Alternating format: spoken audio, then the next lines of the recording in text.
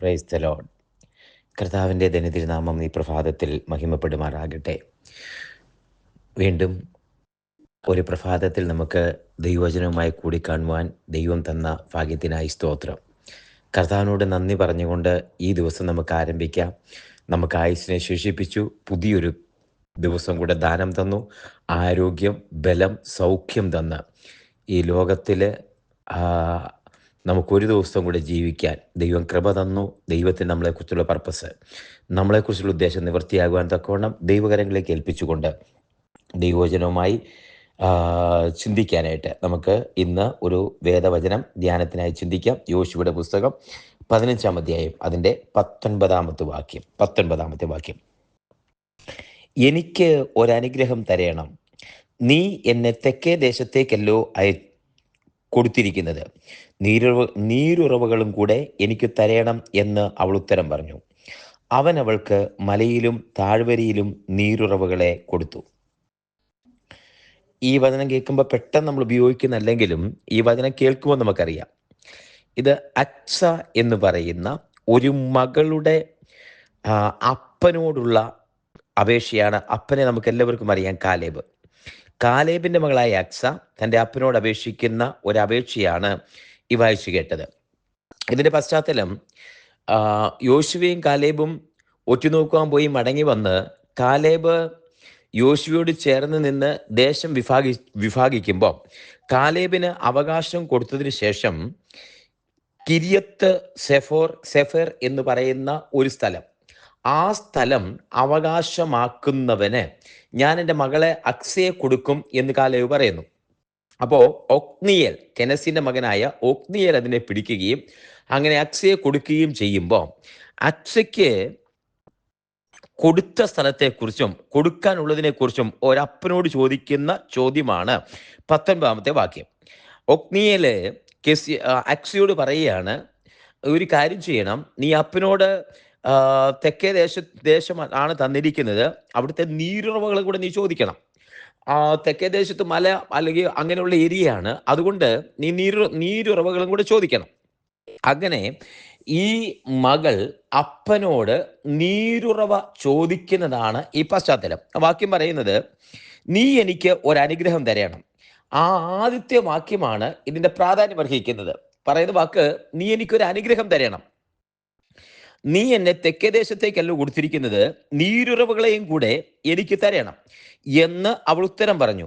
അവൻ അവൾക്ക് മലയിലും താഴ്വരകളിലും നീരുറവുകളെ കൊടുത്തു. ഇതിനകത്തെ ഒരു ആത്മീയ പശ്ചാത്തലത്തിനകത്ത് ഇതിനകത്ത് പറഞ്ഞാൽ, ഒന്ന്, കാലേബ് ദൈവഭക്തനായിരുന്നു. ദൈവഭക്തനായ കാലേബിന്റെ തലമുറയ്ക്ക് വേണ്ടി നേരെ നിന്ന് ആ തലമുറ വന്ന് അനുഗ്രഹം തരയണം എന്ന് അപ്പനോട് പറയണമെങ്കിൽ അപ്പൻ നീതിമാനായിരുന്നു എന്നുള്ളത് ഒന്നാമത്തെ വസ്തുത. അപ്പൻ അനുഗ്രഹം കൊടുക്കാൻ പ്രാപ്തി ഉണ്ടായിരുന്നു. മക്കൾ ചോദിക്കുന്നത് കൊടുക്കാൻ തക്കവണ്ണം പ്രാപ്തിയുള്ള ഒരു അപ്പനായിരുന്നു. കാരണം ഭക്തിക്ക് ദൈവവചനത്തിന് വേണ്ടി നിന്നൊരു വ്യക്തി. അപ്പനൊരു സാക്ഷ്യമുണ്ട്. മിസ്രൈമിൽ നിന്ന് പുറപ്പെട്ട എല്ലാവരും പട്ടുപോയപ്പോൾ, മരുഭൂമിയിൽ തീർന്നു പോയപ്പോൾ, കർത്താവിന്റെ പക്ഷത്തേക്ക് മാറി ദൈവത്തോട് പറ്റിച്ചേർന്ന് നിന്ന് യോശുവയോട് ചേർന്ന് കാലേബ് എന്ന ഈ ഭക്തനായ മനുഷ്യൻ നിന്നതുകൊണ്ട് കനാൻ നാട് കാണുവാൻ ഭാഗ്യം സിദ്ധിച്ച രണ്ടുപേരിൽ ഒരുവനായ കാലേബിനെ കുറിച്ച് പറയുമ്പോൾ അവന്റെ തലമുറയും അനുഗ്രഹിക്കപ്പെട്ടിരിക്കുന്നു.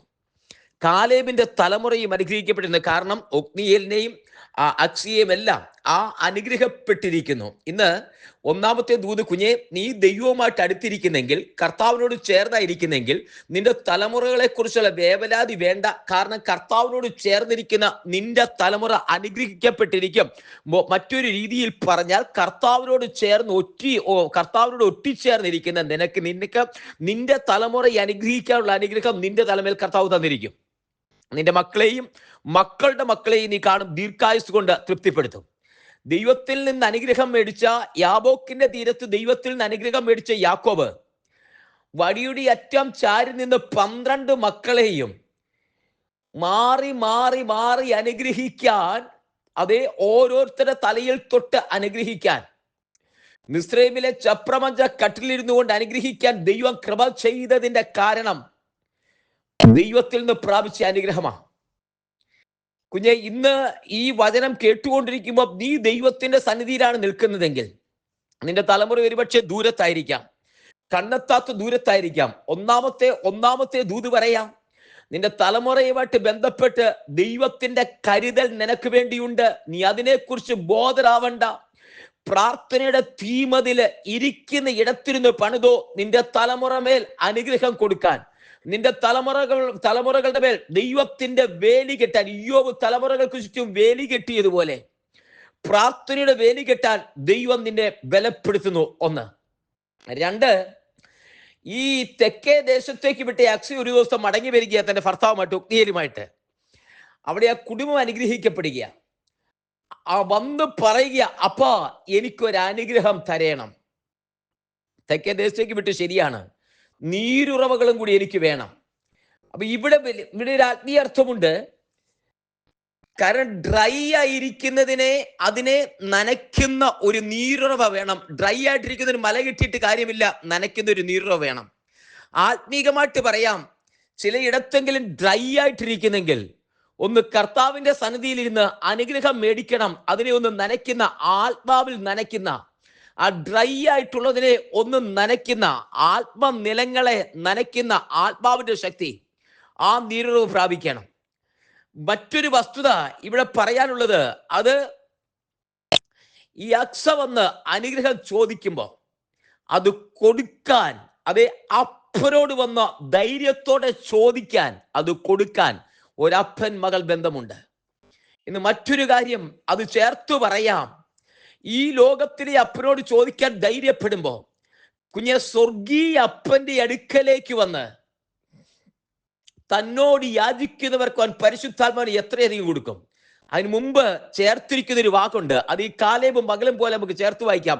യേശു കർത്താവ് പറഞ്ഞ വാക്ക്, നിങ്ങളിൽ ആരുടെയെങ്കിലും ഒരു മകൻ അപ്പം ചോദിച്ചാൽ അവന് കല്ല് കൊടുക്കുമോ? മുട്ട ചോദിച്ചാൽ അവന് തേളിനെ കൊടുക്കുമോ? മീൻ ചോദിച്ചാൽ അവന് പാമ്പിനെ കൊടുക്കുമോ?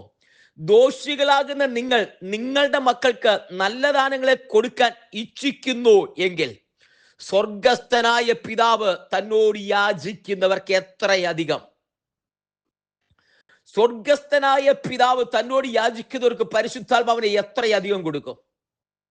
ഇവിടെ ഒരു മകള് വന്ന് അപ്പനോട് ചോദിക്കുമ്പോൾ ചോദിക്കുന്ന അനുഗ്രഹം, താഴെ നീരുറവ് ചോദിക്കുമ്പോൾ മലയിലും താഴ്വരയിലുമുള്ള എല്ലാ നീരുറവുകളും കൊടുക്കുന്ന, അവിടെ ആ വാക്കന്വർത്ഥമാണ്, ദോഷികളാകുന്ന നിങ്ങൾ നിങ്ങളുടെ മക്കൾക്ക് നല്ല ദാനങ്ങളെ കൊടുക്കാൻ ഇച്ഛിക്കുന്നെങ്കിൽ സ്വർഗസ്ഥനായ പിതാവ്.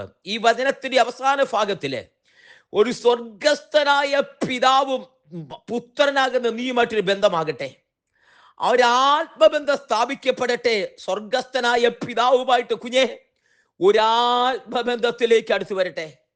Glory to God.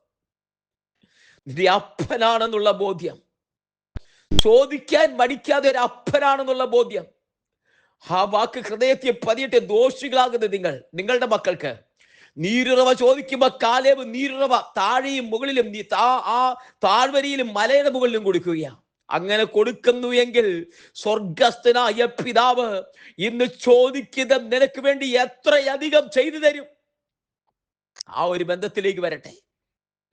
അപ്പൻ ചോദിക്കുമ്പോ മുഖം മറച്ചു കളയുകയല്ല. അതേ, അപ്പനോട് ചോദിക്കുമ്പോ അപ്പൻ മുഖം മറച്ചു കളയുകയല്ല, മക്കൾ ചോദിക്കുന്നതിൽ അധികം. ആ വാക്കൊന്നുകൂടി ആവർത്തിക്കാം.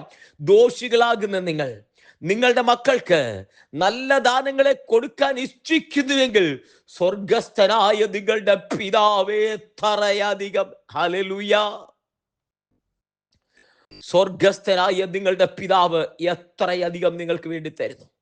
ദൈവകരങ്ങളിലേക്ക് ഒന്ന് സമർപ്പിക്കാം. സ്വർഗസ്ഥനായ നിങ്ങളുടെ പിതാവ് എത്രയധികം നിങ്ങൾക്ക് വേണ്ടി കരുതാൻ വിശ്വസ്തനാണ്.